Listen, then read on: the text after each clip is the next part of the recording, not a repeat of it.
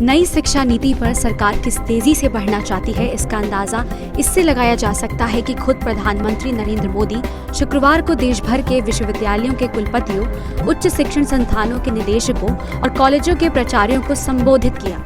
इस दौरान पीएम मोदी ने कहा कि 3-4 साल के विचार मंथन के बाद नई शिक्षा नीति को मंजूरी मिली है, जो नए देश की नींव रखेगा और एक सदी तैयार करेगा।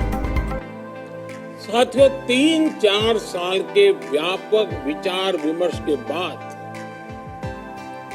लाखों सुझावों पर लंबे मंथन के बाद राष्ट्रीय शिक्षा नीति को स्वीकृत किया गया है।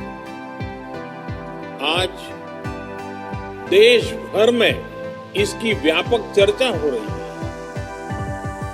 अलग अलग क्षेत्र के लोग, अलग अलग विचारधाराओं के लोग अपने व्यूज दे रहे हैं, राष्ट्रीय शिक्षा नीति को रिव्यू कर रहे हैं।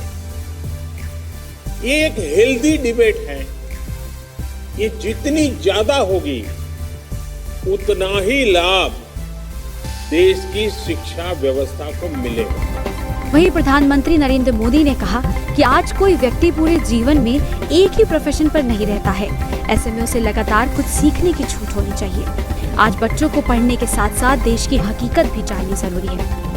हम उस एरा की तरफ बढ़ रहे हैं जहां कोई व्यक्ति जीवन भर किसी एक प्रोफेशन में ही नहीं टिका रहेगा। बदलाव निश्चित है, मान के चलिए, और इसके लिए उसे निरंतर खुद को रीस्किल और अपस्किल करते रहना ही होगा।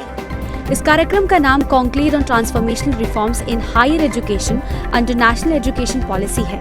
इस दौरान शिक्षा मंत्री रमेश पोखरियाल निशंक, शिक्षा राज्य मंत्री समेत कई नेता मौजूद रहे। गौरतलब है कि देश में 34 साल के बाद नई शिक्षा नीति आई है।